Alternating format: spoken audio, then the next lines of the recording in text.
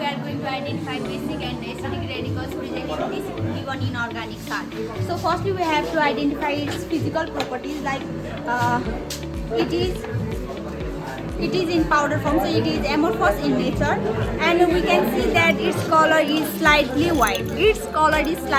And if we smell it, there is no smell, so it is odorless. So we are going for solubility test. Firstly, a pinch of salt is taken in this clear test tube. And dilute HCl is added in this salt.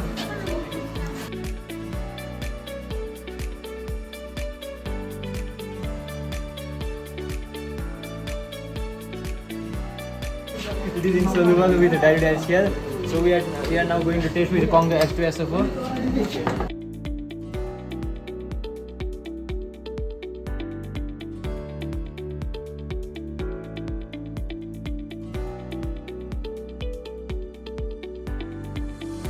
So again, a pinch of salt is taken in a test tube, and then we are going to react with Kong H2SO4.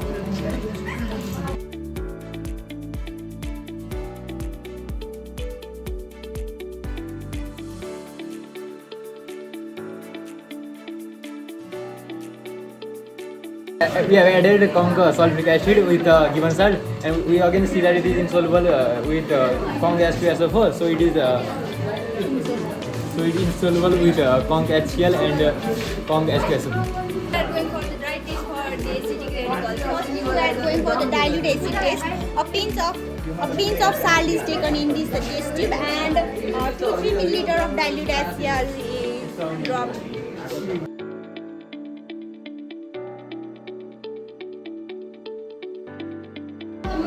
So we are going to heat it.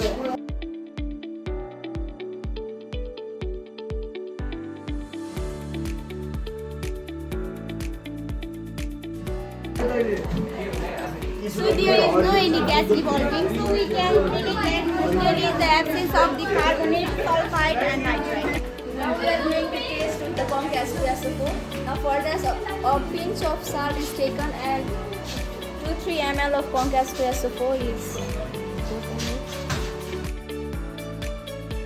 and it should be gently warm.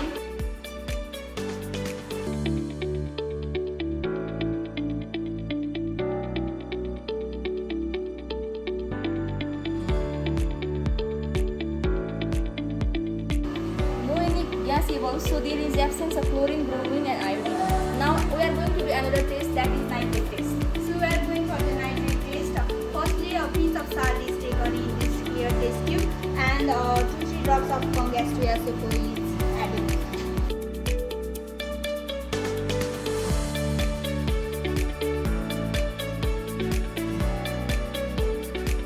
We are going to add this copper to it, and we are going to heat it gently.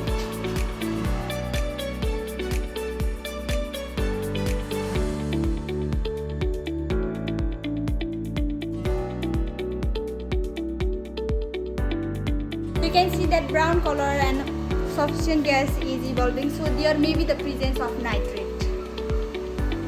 Now we are doing for the complementary test of the nitrate ion. For testing the nitrate ion, we are taking a pinch of salt in a clean test tube,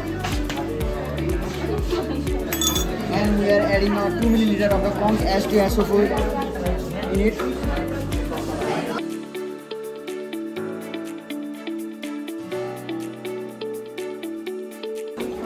Now without shaking, we will add the freshly prepared FeSO4 in it.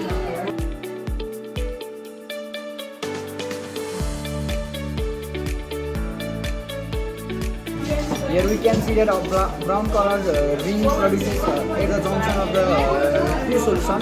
So there is the presence of nitrate ion. So we are going for the dry test for basic radicals. Firstly, we are going to take a pinch of salt in a clean test tube.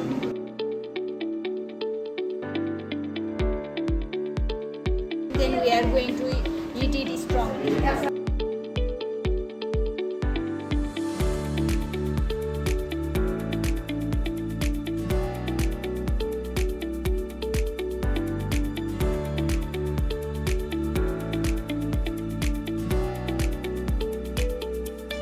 We can see that water vapor condense doesn't seem in the cover part, so it doesn't contain water or crystallization.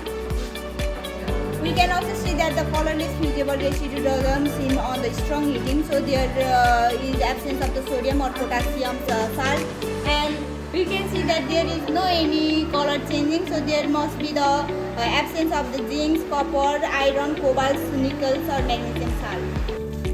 Now we are going for the filter ash test, and in this test a few salt is taken in a clean test tube and a few drops of HCl is added in it.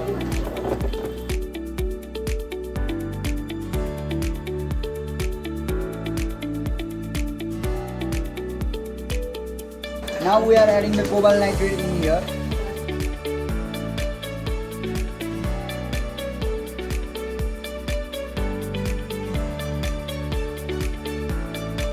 Now we are adding this solution in this filter paper. Now we are leaving it in the paper.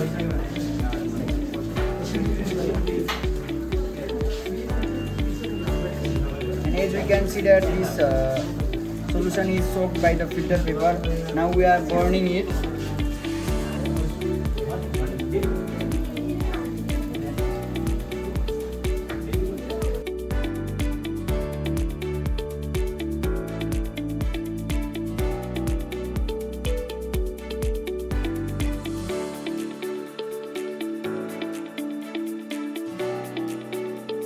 As we can see that the color of the ash is grey, so there may be the presence of CaSR or BA salt.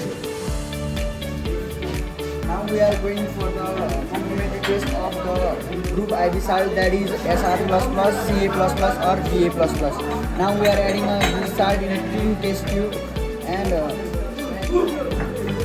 few drop of the potassium chromate is added.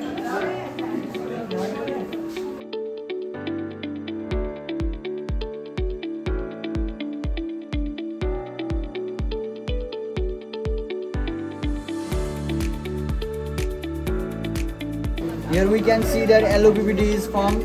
Now we are adding acetic acid. After adding the acetic acid, we can see that the original salt solution is not soluble in the acetic acid. So there is the presence of the Ba++ ion.